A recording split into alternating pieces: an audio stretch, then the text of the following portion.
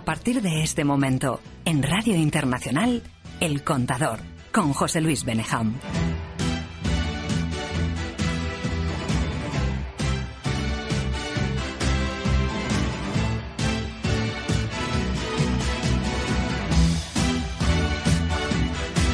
Buenas tardes, bienvenida, bienvenido. Esto es El Contador. Estamos en Radio Internacional. Son las 5 de la tarde y 9 minutos, una hora menos en Canarias.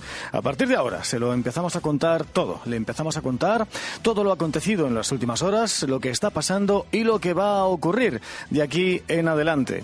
Y será hasta las 8 cuando toquen las 7 en Canarias. Gracias por elegirnos para informarse. Gracias por elegirnos para su entretenimiento. Y comenzamos ya analizando la actualidad a esta hora de la tarde. Y lo hacemos en la buena compañía de José Ángel Gómez Chamorro, diputado en la Asamblea de Madrid por el Partido Socialista Obrero Español. Buenas tardes, José Ángel. Hola, buenas tardes. ¿Qué tal va todo? Bueno, llevamos una mañana ajetreada sí, políticamente, ¿no?, y convulsa en nuestra comunidad por los acontecimientos que ya todos que ahora vamos a comentar. Supongo que comentaremos, sí. Y con mucho trabajo, que eso está bien, para eso estamos, para trabajar. Rosario Zanabria, de la Asociación Ciudadanos Peruanos en España. ¿Qué tal? Buenas tardes.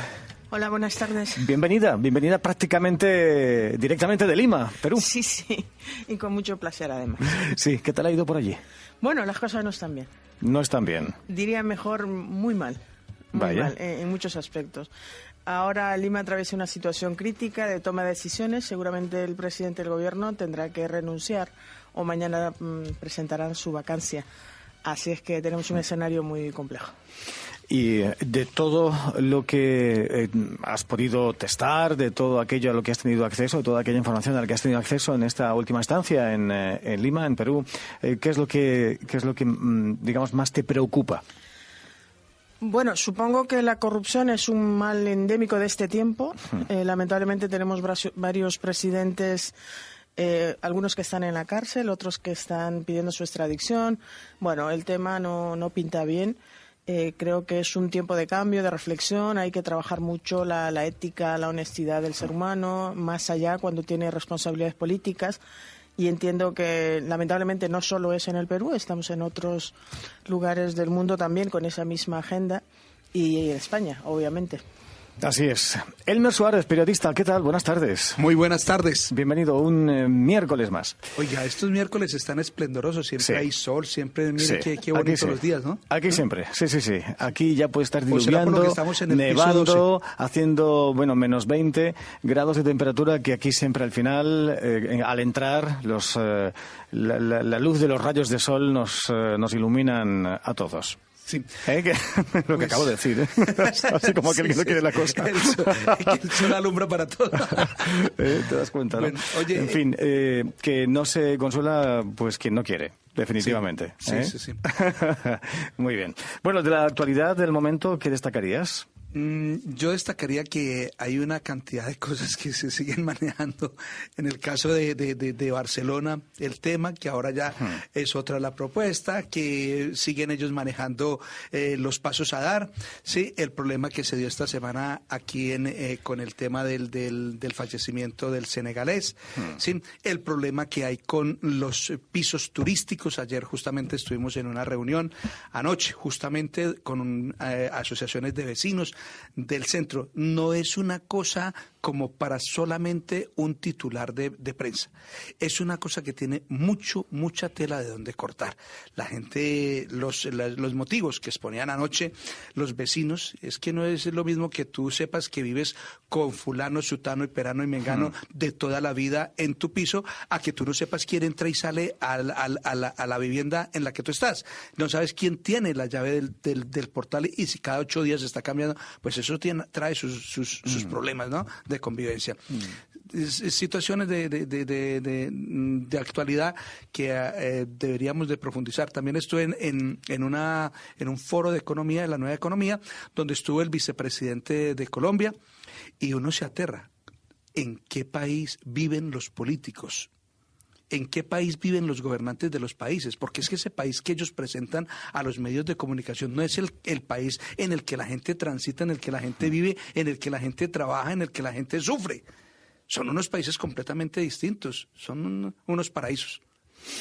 Ibiza Melián, jurista, escritora, buenas tardes. Buenas tardes a todos y a los oyentes de Radio Internacional. Muchísimas gracias. ¿Qué tal va por allí todo, por Fuerteventura? Muy bien, aquí también soleado.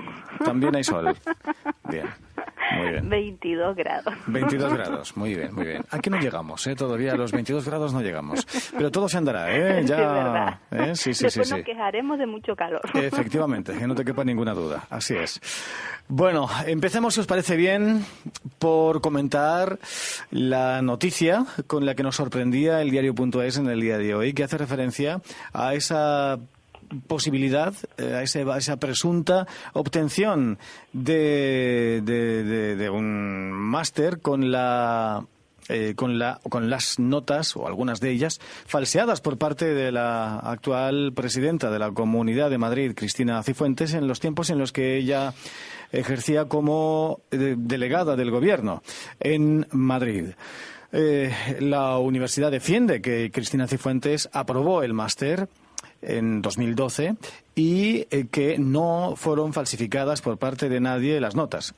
Se refieren a un fallo informático, a un desajuste, si acaso, pues más bien mecánico, en fin, pero no en absoluto dan por buena la idea, la posibilidad de que Cristina Cifuentes ordenara o diera indicaciones a alguien de que sus notas fueran falseadas. Bueno, por ejemplo, por empezar por algún lado, José Ángel. O tú, Ibiza, adelante. Sí, a mí me gustaría decir que me cuesta pensar que eso sea así, ¿no? Y porque estamos hablando de que supuestamente... Que estemos ante una falsificación de notas, sí, porque dices. estaríamos ante un delito grave que es falsedad documental. Está penado, efectivamente, está tipificado en el Código Penal. Y tengo que decir que, bueno, escribí hace tiempo un libro que es La corrupción en España, y es un trabajo de esa investigación, ¿no? De los diferentes, por qué se producen las desviaciones, y muchas veces lo que cogen la parte mediática es los casos de corrupción de los políticos, pero también hay de los funcionarios. Porque como en todas las profesiones hay gente que hace cosas correctas e incorrectas, como en todos lados. Lo que pasa es que muchas veces se pone el foco ahí. Y hay casos estoy recordando uno de una universidad donde una profesora sacó presuntamente el examen de uno de los alumnos y cambió la nota. Y fue condenada a 3 años, porque la prisión es de 3 a 6 años. O sea que no estamos hablando... De poca cosa. De poca cosa. O sea que todos sabemos que supuestamente si no tienes antecedentes penales con 2 años no vas a la cárcel, pero con 3 vacíos sí, con lo cual hacer eso te arriesga. Me cuesta también que si no pasa nada cuando ya eres mayor y estás estudiando y encima estás trabajando, pues si no lo sacas en 1 año, lo sacas en 2, y si no lo sacas en 3, que no estamos hablando de una titulación menor, sino una titulación que no te va a hacer falta para trabajar ni nada, que hacer eso ya no es el caso de ella, sino que presuntamente la gente que estaría implicada, estamos hablando de delitos graves. Y que además esta mañana cuando salió la rueda de prensa de los catedráticos y del rector de la universidad, ellos daban una explicación. Me imagino que tendrán los datos y que se darán, que si no, seguir diciendo que se está aplicando un delito, eso es una calumnia también contra ellos, y que puede pasar, si es verdad, porque yo no sé el caso bien, muchas veces los máster, estamos hablando de 2 años después, no, es que los máster a lo mejor es un curso 11-12 y el curso siguiente estamos hablando 12-13 o 13-14, puede ser incluso que el trabajo final de máster tienes 2 opciones, no sé en la Universidad de Juan Carlos, pero normalmente sueles tener 2 opciones, o lo presentas en julio o lo presentas en noviembre, con lo cual si lo presentas en noviembre ya te ponen la nota, se mete en el año siguiente y cuando vayas a pedir el título puede pasar que quede como no presentado, que estas cosas, errores humanos pueden haber en los expedientes. Para eso incluso cuando tú te presentas a cualquier examen o en cualquier universidad o en cualquier sitio, tienes un periodo de reclamación por ver si en el expediente te han puesto cosas que realmente no eran correctas. Me cuesta, yo no estoy diciendo ni esto porque no conozco a nadie, pero me cuesta que se implique todo el mundo en una cosa de esta, porque estamos hablando de un delito serio, con lo cual habría penas de cárcel, ¿no? También para aquellas personas que hoy han comparecido ante los medios de comunicación, rector y catedráticos, dando su versión de lo sucedido, ¿no? De lo acontecido, que está en directa contraposición con la explicación dada ayer por la tarde-noche por la jefe de gabinete de Cristina Cifuentes al periódico que publica la noticia. Decía la persona cercana a Cifuentes que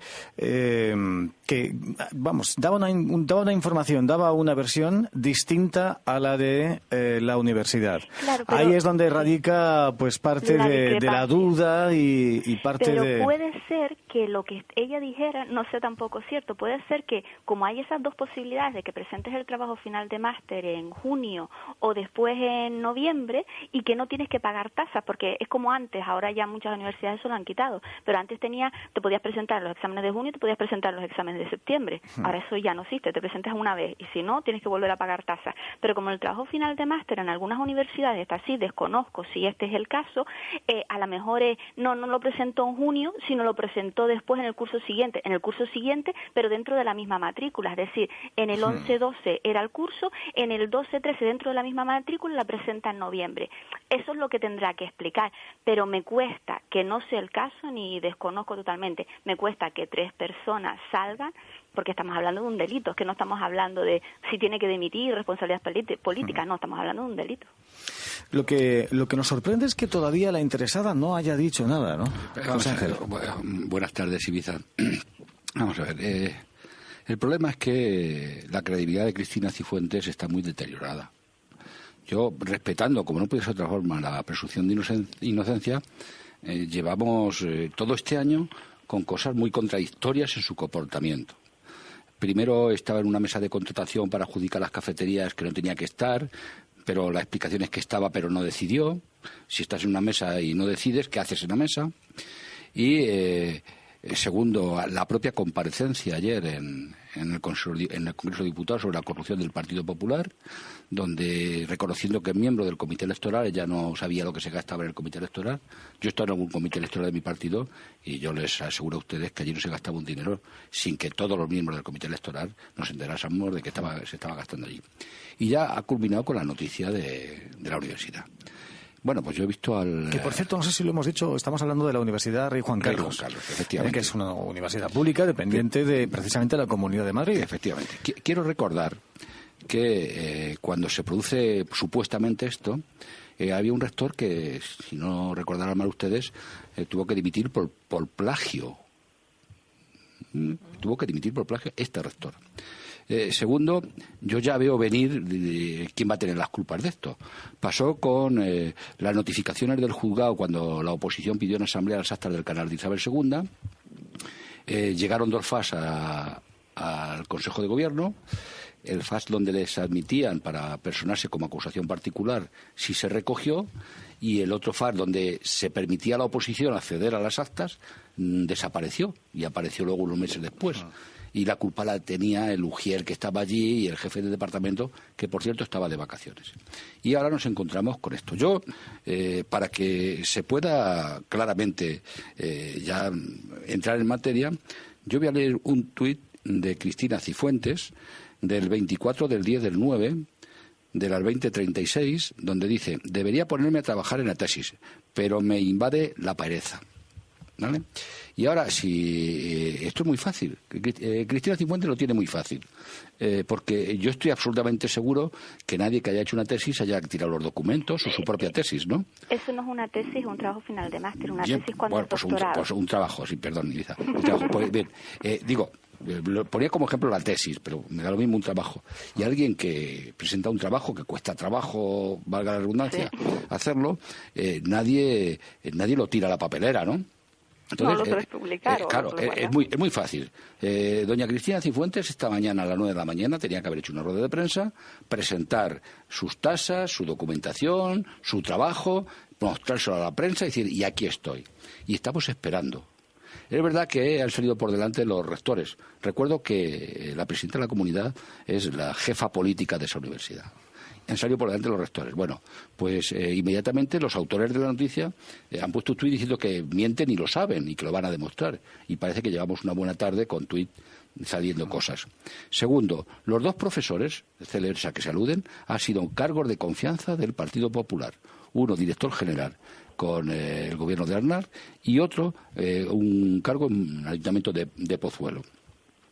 Y bueno, todo esto que ha dicho el rector esta mañana, al menos la intención del Grupo Socialista, lo va a tener que decir en sede parlamentaria.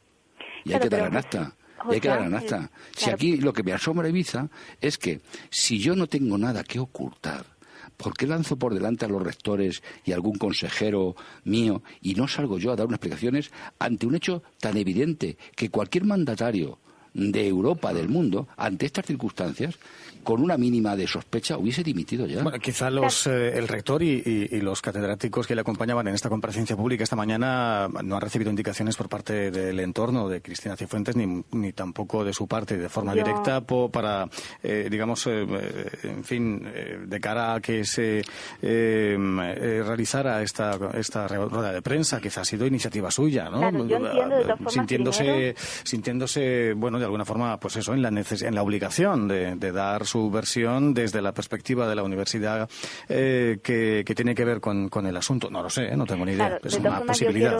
Yo quiero decir que romper una lanza por la Universidad Rey Juan Carlos, que hay investigadores increíbles y de los mejores de España en determinados temas, y se está poniendo en entredicho a una institución por algo presuntamente que pasó. Segundo, yo no conozco ni a Esperanza ni a Cifuentes y desconozco todo lo de este tema, pero me cuesta creer que alguien salga a la palestra a mentir deliberadamente cuando estamos hablando de un delito. O sea, ¿tú crees que realmente dos catedráticos, porque creo que incluso uno dijo, no, sí se hizo el examen, esta es la nota, tal, realmente va a mentir? También es verdad que no han aportado pruebas. No han aportado nada. Y perdona, documentación, dicen, claro, que no pueden aportarlo por el tema de la protección de datos, claro, pero bueno. Yo lo que quiero decir es una cosa, no confundamos las instituciones con las personas.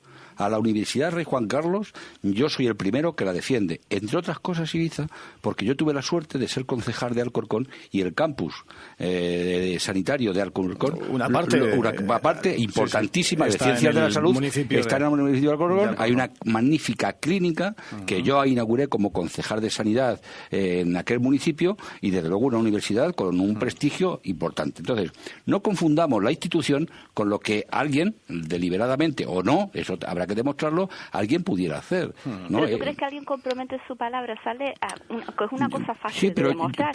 Sale a la palestra. No te hablo ya desde el punto de vista político. Un catedrático que lleva 30 años, que está en esta institución, dos catedráticos más el rector, sale sabiendo que presuntamente hay pruebas y reconociendo, porque al fin y al cabo estamos hablando de falsedad documental, vamos que son a verlo. de 3 a 6 años de cárcel. Vamos a verlo. Mira, Ibiza, mi grupo está pidiendo esta tarde en la mesa de portavoces explicaciones. Mi grupo está pidiendo esta tarde que mañana, a las 8:30 de la mañana, puesto que tenemos pleno ordinario a las 10, a las 8:30 de la mañana, como si es a las 7 de la mañana, estamos dispuestos los diputados a levantarnos a las 5 de la mañana, se haga un pleno extraordinario con la comparecencia de la señora Cifuentes y que aclare las circunstancias, si somos los primeros interesados en que se aclare.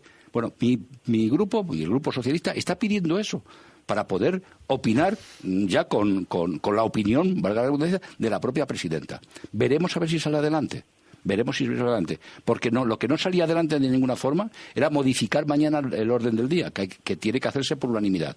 Y el Partido Popular ahí no entra, no quiere modificarlo. Pedimos un pleno extraordinario que ahí se puede hacer aún en contra del Partido Popular, porque entre Ciudadanos, Podemos y el Partido Socialista tenemos mayoría. Veremos a ver cómo termina. Y lo que tiene que hacer la presidenta, que la hemos reclamado en infinidad de ocasiones, incluido cuando el caso judicial que tenía antes, el comparecer en el pleno de la Asamblea. Si es muy fácil, tiene la obligación. Y es tiene que el acuerdo de gobierno en el seno de la Comunidad Autónoma de Madrid, del gobierno regional, el que tienen Partido Popular y Ciudadanos, podría estar en riesgo.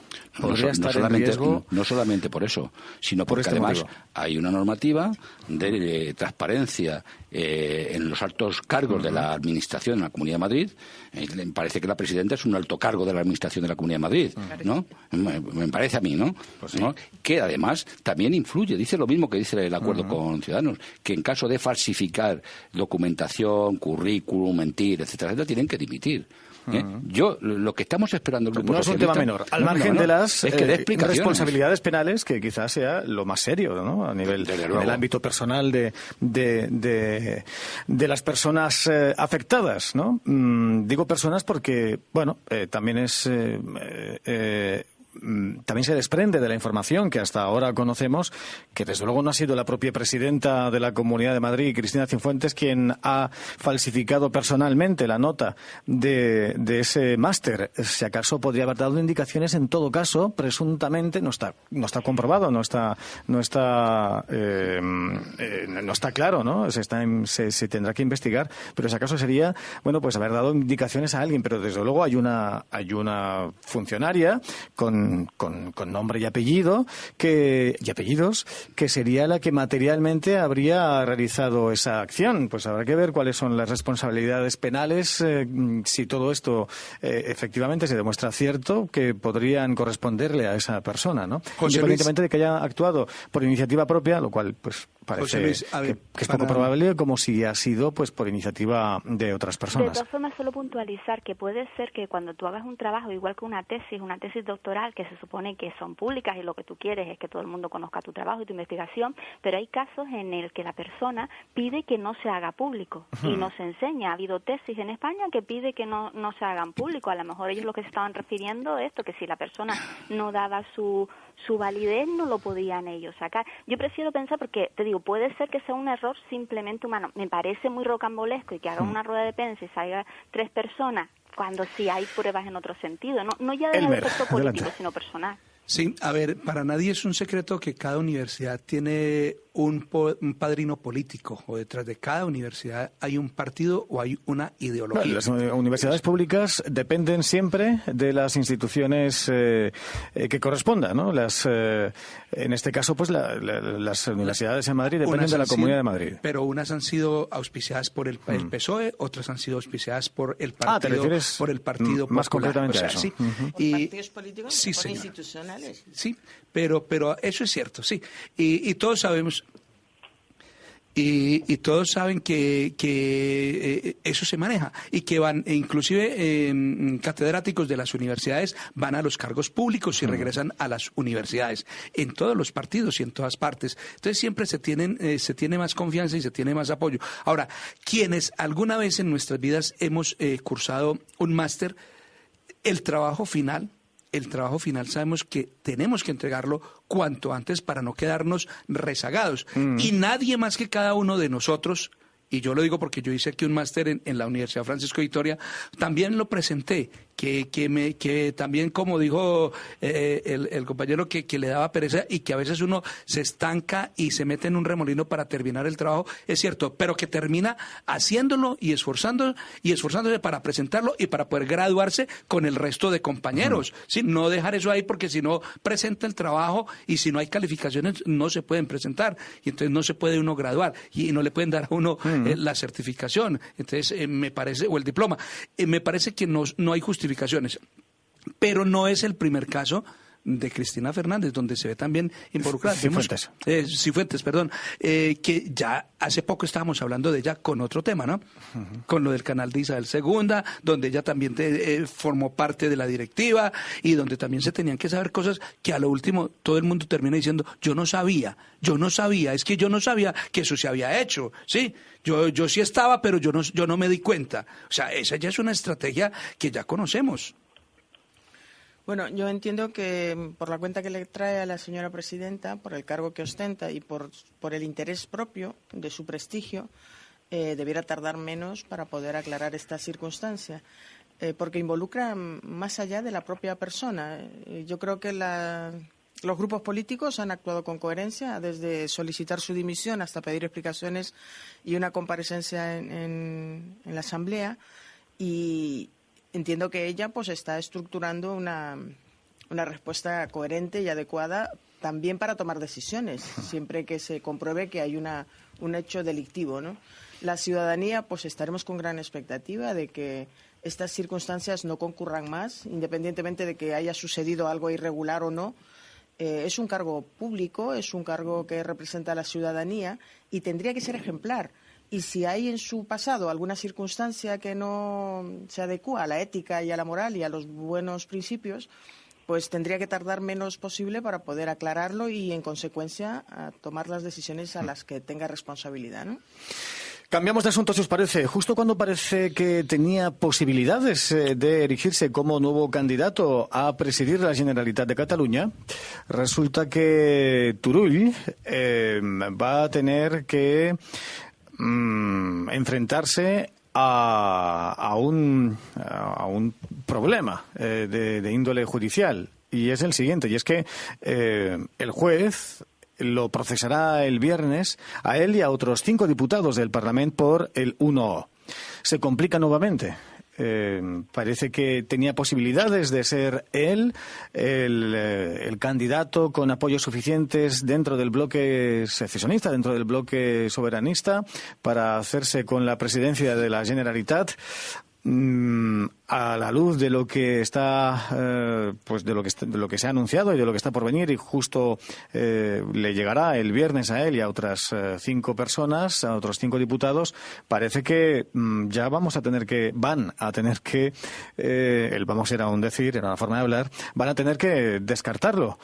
Esto nos lleva de nuevo a donde estábamos. Seguimos sin... Y parece ser que hay un candidato que también estuvo en el 3% en el proceso y ahora lo tienen como candidato que era de Esquerra Republicana de Cataluña, y parece ser que se está perfilando como un candidato posible para presidir la comunidad de Cataluña. Pues, o sea, ellos siguen marcando la agenda y eso es lo lamentable. De todas formas, decir que, claro, si el juez firma el auto de procesamiento el viernes y en este caso los procesa, tenemos un artículo en el Código Penal, que es el 384 bis, que automáticamente quedaría suspendido. Yo creo que ellos a estas alturas, y se ha nombrado tanto, lo tienen que tener claro, ¿no? Ha sido como un poco ir nombrando para ir forzando un poquito más, de si lo que se trata es de que se quite el 155 y de solventar la situación. Lo que tienen que hacer es, oye, vamos a gobernar, a intentar dentro de la medida de lo posible exponer nuestras ideas y gobernar para los catalanes y no seguir en este impasse. Pero bueno, son libres de ellos de elegir a quien quiera. Y sí me gustaría puntualizar que antes lo de las universidades, en las universidades, como en todos lados, puede haber alguien que haga las cosas incorrectas, pero no deberíamos caer si las universidades son del X partido, del Y o del Z, porque entonces estaríamos hablando de delito, porque los que trabajan en las universidades también serían funcionarios, estaríamos hablando tanto como de prevaricación en otro tipo de delito, o como esta mañana escuchaba en un programa de que si conocías a no sé quién te aprobaba. Esos son delitos. Entonces, cuando alguien tiene conocimiento de un delito, donde tiene que ir es a denunciarlo, y lo que no se puede es lanzar y esparcir la mancha y decir que aquí todo cabe y todo entra, porque si no al final estamos perdiendo la confianza en absolutamente todas las instituciones, y creo que no es justo. Pero lo que estamos viendo, Ibiza, es que a pesar de las leyes y a pesar de estar en España y de ser un país que se ha peleado un puesto dentro de los países de la octava economía del mundo, la justicia no está operando, porque hay muchos casos que estamos viendo, casos de corrupción, casos de sobres, casos de dinero en B para financiación de partidos. ¿Y qué ha pasado? ¿Qué hay de toda esta corrupción? Mira, cuando todas estas cosas siguen, los funcionarios siguen presentándose ante el público, siguen ejerciendo sus cargos y no pasa nada, entonces, ¿qué es lo que...? Claro. Y los comentarios y los titulares de prensa y las notas que se sacan no son inventadas por nadie, porque nadie sale a desmentir las publicaciones que se sacan en los medios de comunicación. ¿Sabes lo que pasa? Nos da la sensación, y eso es bueno, que haya medio de comunicación, que haya prensa libre, porque siempre los casos de corrupción se tienen que analizar junto con la capacidad de prensa libre que hay en el país. Hay países que si no tienen libertad de prensa, da igual el índice de corrupción que tenga, porque eso no es real, con lo cual nosotros tenemos una prensa libre. Nos da la sensación muchas veces de que hay muchos más casos de corrupción ahora que antes, y eso no es cierto. Corrupción ha habido, y en España precisamente se basa por nuestras estructuras mentales durante siglos, por nuestro sistema institucional adoptado, que se ha ido cambiando progresivamente. Aún nos queda muchísimo como cambiar, como puede ser la libre designación de secretarios interventores, como puede ser el sistema electoral, como hemos dicho, pero se está trabajando en ello. Lo que pasa es que muchas veces los casos de corrupción se instruyen porque son casos bastante complejos y tardan mucho tiempo en llegar a lo mejor a una sentencia, a una resolución, y creemos que no se está haciendo nada. Pero al final con esto lo que hay que hacer desde las instituciones públicas, de los partidos políticos, buscar soluciones para que determinadas cosas no vuelvan a pasar, pero al final lo que nos terminamos es tirándonos la pelota unos a otros, y lo que estamos lanzando el mensaje a la ciudadanía es que todos son iguales, esto no funciona, esto está fatal, y no, hay muchísimos más casos de corrupción. El pucherazo en la restauración, que para mí es un sistema que presuntamente nosotros tenemos algunos matices, decía, para los enemigos la ley, para los amigos el favor. Y lamentablemente muchas veces el sistema de financiación pues ha demostrado que en otros países hay otros sistemas mejores y se reduce la corrupción. Lo que hay que trabajar sobre eso, pero decir que no se está persiguiendo y que no se está denunciando, ahora más que nunca se están denunciando. Y casos de corrupción ha habido muchos y siempre. El problema es pensar que antes no la había. Uno de los primeros pelotazos urbanísticos, por una nota anecdótica en toda la historia, fue la del duque de Lerma, cuando cambió la corte en 1600 y pico de Madrid a Valladolid, y fue uno de los grandes pelotazos urbanísticos. O sea, corrupción a lo largo de la historia ha habido siempre y ahora se está persiguiendo. Lo que no se puede hacer, porque si no tenemos el problema de que hay una desafección de los gobernantes con los gobernados, y ahí sí deberíamos tener cuidado. Que, por cierto, el viernes el juez Llarena del Tribunal Supremo podría decidir que Turull vuelva a prisión preventiva, a prisión de forma preventiva.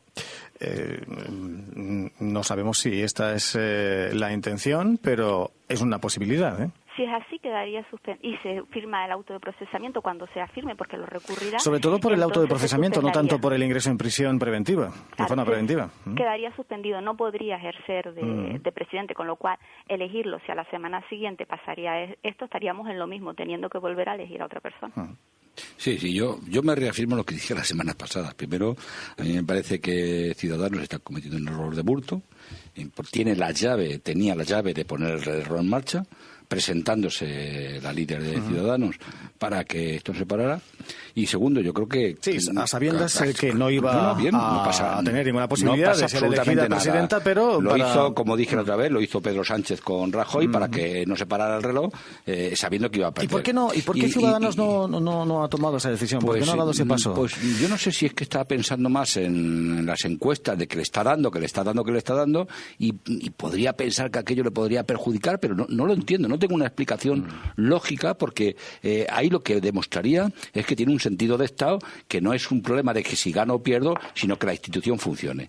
Y luego, por otra parte, cada vez estoy más convencido, esto es muy personal mía, pero que estoy convencido desde el principio, que todo esto que está pasando en Cataluña, lo que le está viniendo de perlas, esa convergencia y unión para no pagar sus culpas de los robos que hizo al pueblo catalán. El actual PDeCAT. El actual PDeCAT, de todos los procesos del 3%, y lamentablemente en ese juego también está cayendo, sin tener nada que ver, Esquerra Republicana. Yo creo que... ¿Tú crees, José Ángel, que la deriva secesionista de estos últimos años responde a la necesidad del PDeCAT actual, es decir, antes Convergència, de generar una cortina de humo en torno a sus responsabilidades en el ámbito del 3%? Sin ninguna duda, porque el PDeCAT lo que ha hecho es irse a las tesis de Esquerra Republicana, que siempre honradamente ha mantenido sus tesis. Yo a Esquerra Republicana no le tengo nada que decir, porque siempre ha tenido esa tesis, ¿no? Y cuando empieza todo el lío del 3%, que se empieza a descubrir el problema del caso Liceo, y cuando ya, no digamos, entra en escena Jordi Pujol, pues ya aquello desalmó todo y se dieron de la mano de Esquerra Republicana para tapar ese proceso. Yo creo que también Ciudadanos está esperando que haya unas nuevas elecciones para tratar de ganar y obtener una mayoría absoluta, o que se cambie la composición del Congreso allí o del Parlamento para poder hacer unas mayorías. Yo creo que esa es una estrategia también podría ser, de repetir. Desde luego. Bueno, impresionante lo que hemos conocido hoy en relación a los hechos acontecidos en la localidad de Getafe, cercana a Madrid. Francisco Canals, buenas tardes. Hola, ¿qué tal? Buenas tardes. ¿Cómo estás? Bien, preparado para mi nueva intervención mediática y para aportar valor a tu programa. Ole, yo te lo agradezco muchísimo, gracias. Oye, terrible, ¿no? Terrible este parricidio, este nuevo parricidio en Getafe. El parricida concretamente ahogó, parece que en la bañera, a sus dos hijos, los colocó en la cama para después incendiar la habitación, irse de su vivienda y arrojarse a las vías del tren. En la ciudad de Getafe, como saben todos ustedes, cercana a la capital de España, Madrid. ¿Qué otros datos tienes? Bien, efectivamente aquí llamaban la atención varias cosas. Primero, el hecho de que en el transcurso de un incendio los dos cadáveres de estos dos niños estuvieran directamente en la cama de matrimonio, directamente encima de la cama. Diríamos que esto no es lo más frecuente o no es lo más habitual en una situación de un incendio donde impera el pánico, el correr, claro, las uno prisas. intenta salir, claro. Intenta, moviéndose de un lado para otro para buscar una fórmula para salir del entuerto, lógico. Exacto, la policía tiene siempre un patrón muy bien hecho de cuál es el comportamiento que una persona tiene pues ante un accidente de tráfico, ante un incendio, ante una inundación, y lógicamente la posición de los niños pues no seguía este patrón. Un niño también es muy habitual que cuando se queda atrapado en un lugar donde hay llamas, humo, también se esconda en algún lugar, debajo de la cama, en algún armario, pero no directamente allí. Otro elemento también que llamaba la atención y que cuadra con el cuadro de lo que sería un infanticidio, sería el hecho de que los padres están actualmente en un proceso de separación. Esto es muy frecuente cuando encontramos, niños, padres que han terminado con la vida de un niño, ¿no? Lamentablemente, esto se suma, hemos de decir, a ya capítulos históricos de la crónica negra española, el más reciente, el del pequeño Gabriel, como no, y hemos de decir ya una cosa, y que es bastante triste, y es que los infanticidios en España no son un hecho aislado. Tenemos el caso Bretón, por ejemplo, de hace 4 años, que terminó con su finca, con la vida de sus 2 hijos, el caso Mahores, recientemente también el caso del pequeño Gabriel, el caso de Asunta Basterna, también la niña de origen chino que fue asesinada en Galicia por sus 2 padres. Por tanto, diríamos que es un clásico. La criminología todavía no tiene, aunque es verdad que hay muchas hipótesis y tertulianos de todo tipo de condición y 1000 teorías, pero la criminología aún hemos de decir que no tiene una explicación clara al hecho de los infanticidios. ¿Por qué alguien decide terminar con la vida de sus 2 hijos? ¿No? Son, diríamos, el extremo más crudo de las miserias humanas hoy en día. Sus 2 hijos o en algunos casos los hijos de su pareja, en fin, se puede dar esa circunstancia también. Es tremendo. Claro, esto no tiene posibilidad de calificativo ninguno, sobrepasa todos los límites. Es decir, que en muchos casos los niños se esconden, no siempre aparecen directamente en el apartamento, como el pequeño Gabriel. Por cierto, cuando hace unas semanas se estaban dando las bases de datos del Centro Nacional de Desaparecidos, apuntaba a la existencia de 1000 y tantas personas en búsqueda activa. Hay que decir que hay más de 1.200 niños desaparecidos en España, pero desaparecidos de alto riesgo, es decir, que puedan haber presuntamente desaparecido en una circunstancia con algún tinte criminológico, como el caso con algún Gabriel. tipo de violencia, mediando algún tipo de violencia. Solo son 13, no hay más de 13 casos en España. La mayoría, pues, por ejemplo, son casos de chavales, de menores de edad, que estuvieron en algún centro de internamiento para inmigrantes, que se escaparon en lo que es la ruta hacia Europa.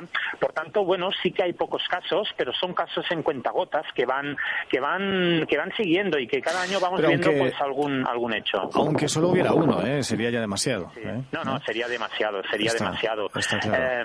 La historia ya nos da un amplio ejemplo de cómo se terminaba con muchos niños, ¿no? Desde la antigua mitología a la Edad Media, es decir, los niños siempre han sido objeto de persecución, y ahora con la sociedad de la información parece que esto no termina. Se han encontrado maneras efectivas, por ejemplo, de proteger a mujeres acosadas a través de las pulseras geolocalizadoras, sistemas de alarma, esos teléfonos, por ejemplo, donde cualquier mujer puede llamar, pero hay que decir que todavía no se ha encontrado una manera efectiva de proteger a los niños con padres con una relación de conflicto. Por tanto, ese sería un camino hacia el cual las instituciones tendrían que tirar. Es que, claro, los niños se supone que cuando están protegidos y cuando están más protegidos es cuando están con sus progenitores, es cuando están con sus padres.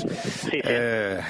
¿Cómo vas a evitar el que sucedan estos casos que cuando se dan es en la más estricta intimidad del hogar y en compañía de las personas que deberían ser las primeras interesadas en proporcionar seguridad a esas criaturas, ¿no?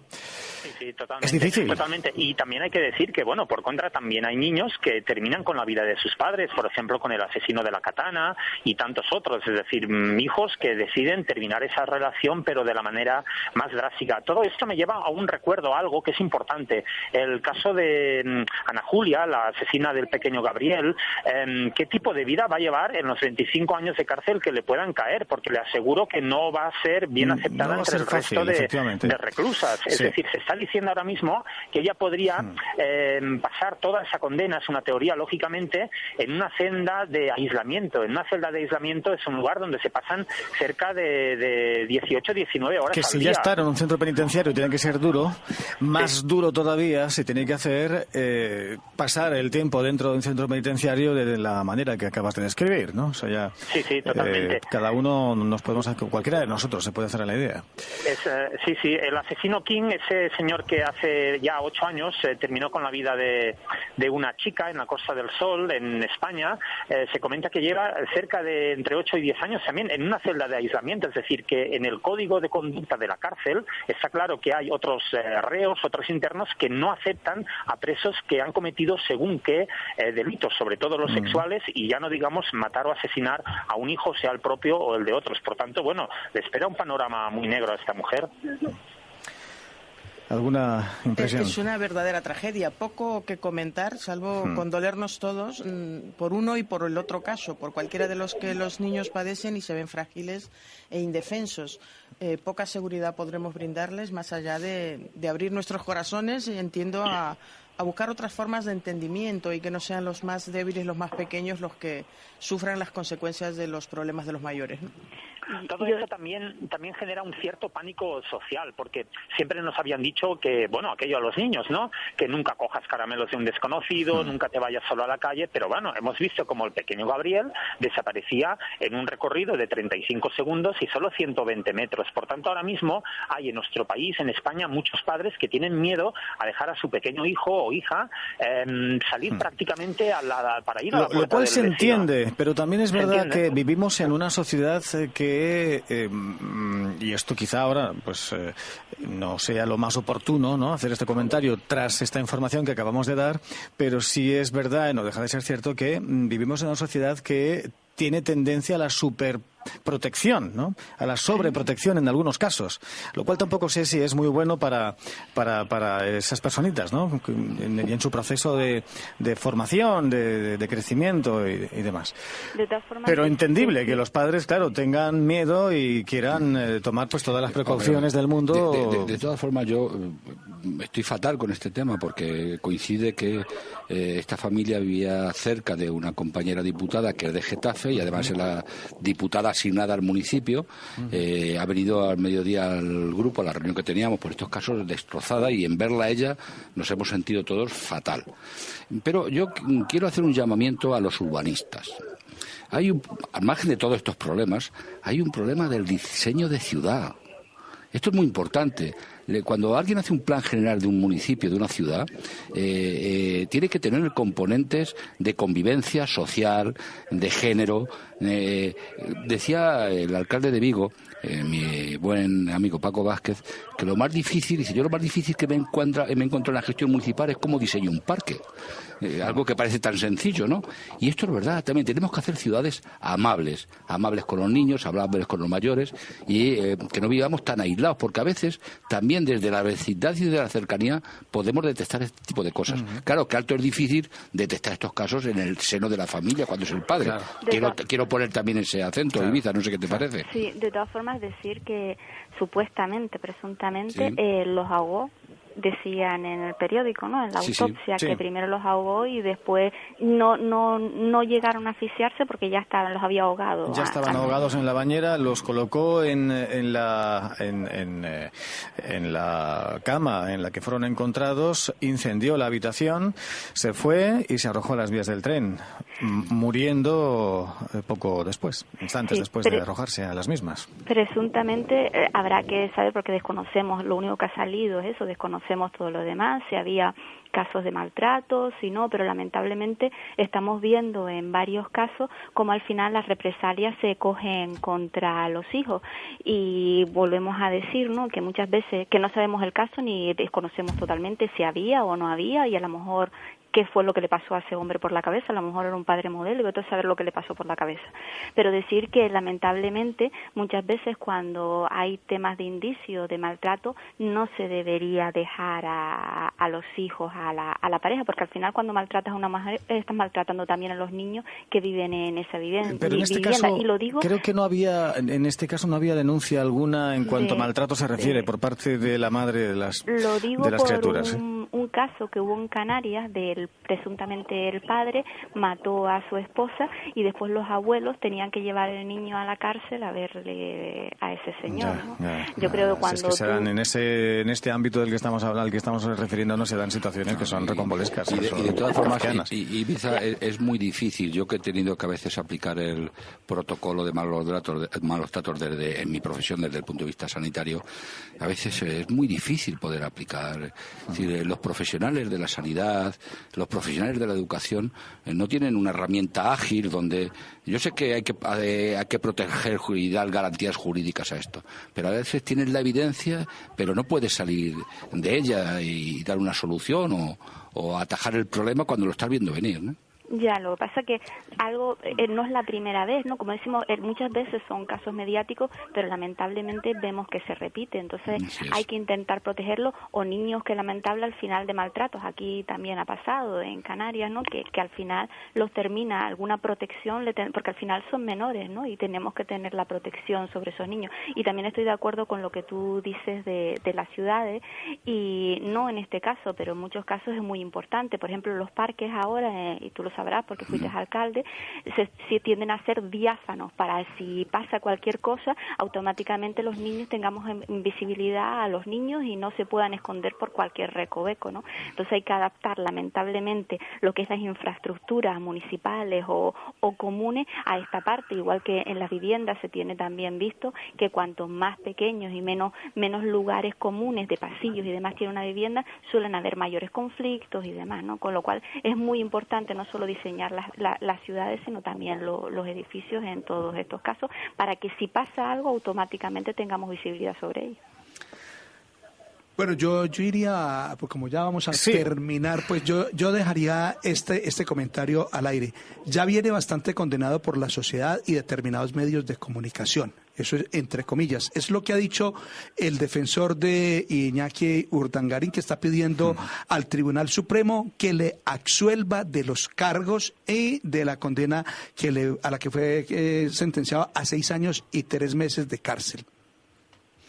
Era un día importante para Iñaki Urdangarín el día de hoy, ¿eh? La defensa de Urdangarín pide su absolución y reprocha su condena. Pero es lógico, ¿no? La defensa. Es lo que le corresponde. Es lo que le corresponde a la defensa. Ibiza, si la defensa no actuara así, nos sorprendería a todos. Ahora que él pida que los demás se lo den. Pero el hecho es que es un escándalo social lo que está sucediendo con Iñaki Urdangarín. Cualquier ciudadano ya estaría en la cárcel. Cualquier ciudadano. Es que es un escándalo, es que estas cosas no se pueden dar. Pero de todas formas recordemos que al no haber una sentencia firme es prisión provisional. Prisión provisional solo se decreta en 3 sentidos: riesgo de fuga, reiteración de ley delictiva o ocultación de pruebas. Y lo que presuntamente creo que se adujo en este tema es que como tenía escolta y todos sabían dónde vivía, no iba a haber riesgo de fuga, con lo cual está fugado en Suiza. Parece que reiteración tampoco, porque no está trabajando. Y está en la cárcel. Y está en la cárcel en este momento, ¿no? Bueno, yo no quería dejar pasar el mencionar que hoy 21 de marzo es el Día Internacional contra el Racismo. Y importante. Creo que toca a todos reafirmarnos en ese compromiso de trabajo, porque la discriminación frente a la diversidad que hoy acompaña a este mundo tan global es tarea de todos, de las instituciones, de las personas, de las familias, y pues hay que subrayarlo ya al término del programa como un compromiso donde los medios de comunicación tienen mucho que hacer, porque generan una corriente de opinión, y todo el tema de rechazo, de xenofobia y de racismo hiere y duele mucho, no solo al que lo sufre, sino también a los que nos quedamos como observadores. Empobrece la sociedad. Y a ver si aclaramos el caso del senegalés, si hubo persecución o no hubo persecución por parte de la policía. Bueno, lo que está claro, hemos visto todos ya el vídeo, ¿no? La policía hizo todo lo posible por salvarle la vida. Hubo a unas este personas, ciudadano, ¿no? unas enfermeras que le atendieron porque le cayó a los pies a la enfermera, le intentó auxiliar y la policía dijo, quítese de aquí que ustedes no tienen nada que hacer. Y no le permitieron a una enfermera profesional atenderlo. Es una versión de los hechos. La otra, y además se ha visto en un vídeo que circula por todos lados, en la red, y también se ha visto en televisión, la otra es que los policías municipales hicieron todo lo posible por salvarle la vida, practicándole las maniobras que hay que realizar en ese caso, intentando que esa persona permaneciera viva hasta que llegase precisamente la ambulancia y los servicios médicos, que le pudieran atender en mejores condiciones. Se ha visto el vídeo, quiero decir que no es una versión contrastada, de la que estoy hablando ahora mismo. Lo que está claro que no hay que tener cuidado con lo que uno cree. Perdón, Francisco, ¿decías? Sí, rápidamente. Quería decir que, según comentan algunas personas, lo que sí que tardó mucho fue la ambulancia, es decir, el tiempo transcurrido desde el momento en el cual se llamó a emergencias hasta que vino físicamente al lugar. Algunos incluso hablan de 20, 25, 30 minutos. Sí que es verdad que la policía actuó adecuadamente una vez tuvo bien el indicio de que esa persona le había pasado algo más. Claro, un entorno de una manifestación donde hay gente tirándose al suelo, algunos que se hacen el muerto, otros que intentan que no les aticen. Es decir, la responsabilidad yo creo que está en el momento en el cual quizás, presuntamente, la policía pues no le dio gran importancia, pensó que era una persona que simplemente se había caído o que se hacía el muerto o que hacía teatro, y ahí yo creo que hay un punto de responsabilidad importante. Lavapiés es un barrio muy céntrico de Madrid, cuesta creer bastante que una ambulancia pueda tardar hasta media hora en llegar, y yo creo que eso es importante aclararlo. De todas formas, no hay tiempo para más, nos quedan tan solo 10 segundos. Ibiza, lo comentamos la semana que viene. ¿Te parece? Muchísimas gracias. Muchísimas gracias a todos. Elmer Suárez, Rosario Zanabria, José Ángel Gómez Chamorro, Ibiza Melián, Francisco Canals, gracias.